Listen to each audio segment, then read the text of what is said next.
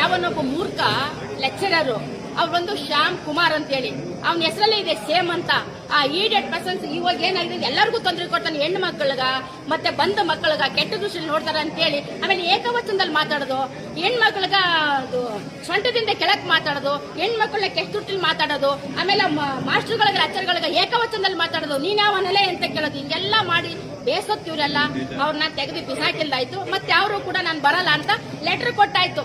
ಈಗ ಏನೋ ಒಂದು ಫಂಕ್ಷನ್ ಮಾಡಿ ಪಾಪ ಒಂದು ಮೀಟಿಂಗ್ ಮಾಡಿ ಅವರು ಏನೇನು ಪ್ರಾಬ್ಲಮ್ ಮಾಡಿರೋದನ್ನ ಹೇಳ್ಕೊತಾ ಇದ್ರು. ಪಾಪ ಪ್ರಿನ್ಸಿಪಲ್ ಎಂದಿದ್ರು, ಲೆಕ್ಚರ್ ಎಂದಿದ್ರು, ಟೀಚರ್ಸ್ ಗಳಲ್ಲಿ ಹೇಳ್ಕೊತಾ ಇದ್ರು.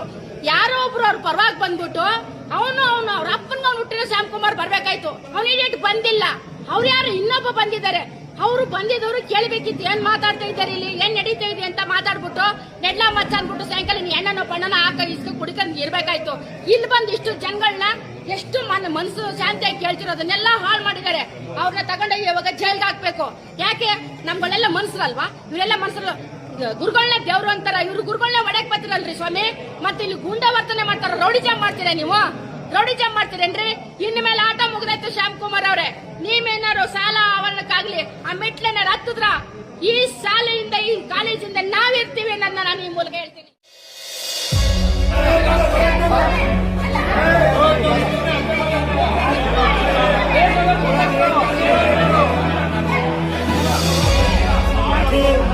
ಹೊಸ ಅನುಭವ ಇದು.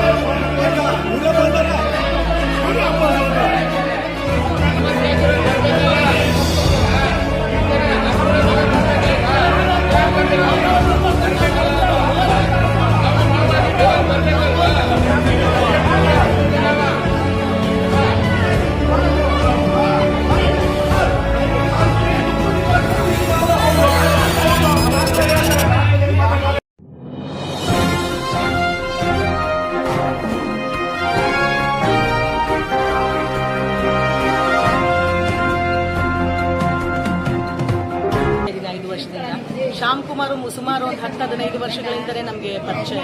ಇನ್ನೊಂದು ಕಾಲೇಜಿಂದ ಇಬ್ಬರು ಕೂಡ ಒಟ್ಟಿಗೆ ಬಂದಿರಂತವ್ರೆ ನಾವು. ಈಗ ಸ್ವಲ್ಪ ದಿನಗಳ ಹಿಂದೆ ಅವ್ರನ್ನ ವಜಾ ಮಾಡಿದ್ದಾರೆ, ತೆಗೆದುಹಾಕಿದ್ದಾರೆ. ಕಾಲೇಜ್ ಕಡೆಯಿಂದ ಅವರೇ ರಾಜೀನಾಮೆ ಕೊಟ್ಟು ಕಳಿಸಿದ್ದಾರೆ.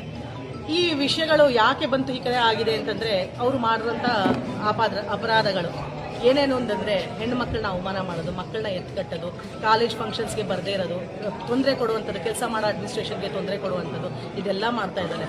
ನಮ್ಗೆ ಯಾವುದೇ ಕೂಡ ಅಕಾಡೆಮಿಕ್ಗೆ ಒಂದು ಹೆಲ್ಪ್ ಮಾಡ್ತಿಲ್ಲ. ಕೇಳಿದ್ರೆ ಅವ್ರಿಗೆ ಏಡ್ ಆಗಿದೆ ಬಿಡ್ರಿ, ಅವಳು ಮಾಡ್ತಾಳೆ ಅಂತ ಸಿಂಗ್ಯುಲರ್ ಆಗಿ ಮಾತಾಡೋದು, ಅವ್ಯಾಜ ಶಬ್ದಗಳು, ಮಾತಾಡೋದು ಬೈಯೋದು ಎರಡೂ ಕೂಡ ಉಂಟು. ಅದಕ್ಕೆ ಡಿಫ್ರೆನ್ಸ್ ನಂಗೆ ಗೊತ್ತಿಲ್ಲ.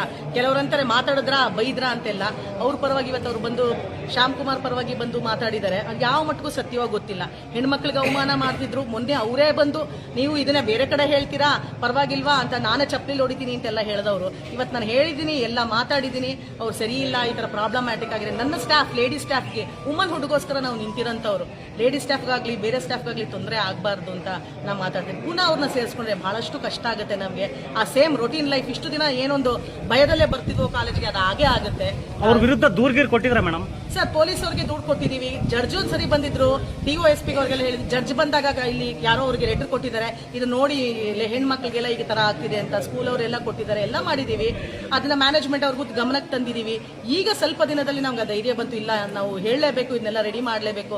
ಇಂಥವ್ರಿದ್ರೆ ಮಕ್ಳಿಗೂ ತೊಂದರೆ, ಮಕ್ಕಳನ್ನ ಎತ್ಕಟ್ಟೋದಾಗ್ಲಿ. ಅವರು ಬಂದು ಇವತ್ತು TC ಕೊಡಿ ಮೇಡಮ್ ಅಂತ ಅಂದ್ಬಿಟ್ಟು ಜೋರಾಗಿ ಮಾತಾಡೋದು. ನಿನ್ನೆ ಯಾವುದೊಂದು ಮಾಮೂಲಿ ಪೇರೆಂಟು ಎಷ್ಟು ಹೀನಾಯವಾಗಿ ನಮ್ಮನ್ನ ಮಾತಾಡೋದು ಅಂದ್ರೆ, ಅಟ್ಲೀಸ್ಟ್ ಆ ಪೋಸ್ಟ್ಗೆ ಒಂದು ವಯಸ್ಸಿಗಾದ್ರೂ ಮರ್ಯಾದೆ ಇಲ್ಲದೆ ಆ ಥರ ಎಲ್ಲ ಇದೆಲ್ಲ ಇವರಿಂದನೇ ಕಾರಣ ಆಗ್ತದೆ. ಇವತ್ತು ಬಂದು ಗಲಾಟೆ ಮಾಡಿಸಿರೋದು ಎಷ್ಟು ಸರಿ? ಇದು ತಪ್ಪು ಮಾಡೋದು. ಇಷ್ಟು ಜನ ಯಾಕೆ ನಾವು ಒಬ್ಬರ ಮೇಲೆ ಹಾಕ್ತೀವಿ? ಹಾಗಾದ್ರೆ ನಮ್ಮಲ್ಲೂ ಬೇರೆ ಜನ್ ಸ್ಟಾಫ್ ಇದ್ದಾರೆ, ದೇವರಂತ ಮನುಷ್ಯರು ಇದ್ದಾರೆ. ಎಲ್ಲರೂ ಒಟ್ಟು ಕೂತ್ಕೋತೀವಿ, ಮಾತಾಡ್ತೀವಿ, ಊಟ ಮಾಡ್ತೀವಿ, ಕೆಲಸ ಮಾಡ್ತೀವಿ, ಎಲ್ಲರೂ ಸಹೋದ್ಯೋಗಿಗಳೇ.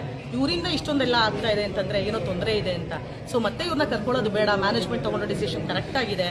ಅವರೇ ರಾಜೀನಾಮೆ ಕೊಟ್ಟು ಹೋಗಿದ್ದಾರೆ. ಎಲ್ಲಿದ್ರು ಒಳ್ಳೇದಾಗ್ಲಿ, ಚೆನ್ನಾಗಿರ್ಲಿ ಅಂತ ಹೇಳ್ತಾ ನಾನು ಇದು ಮಾತು.